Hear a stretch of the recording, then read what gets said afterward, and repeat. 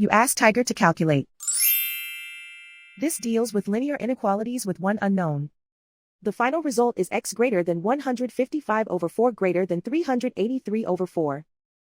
Let's solve it step by step. Group all constants on the right side of the inequality. Subtract 40 from both sides.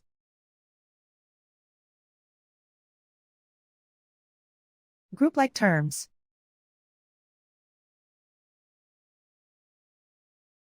Simplify the arithmetic.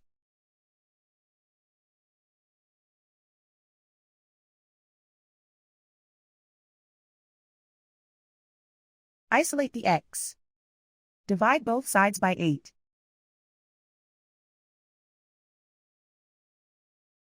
Simplify the fraction.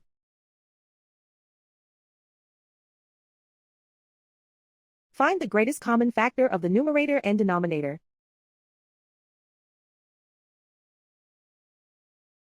Factor out and cancel the greatest common factor.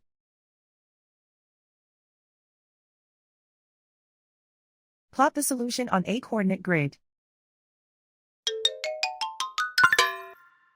And so the final result is x greater than 155 over 4 greater than 383 over 4.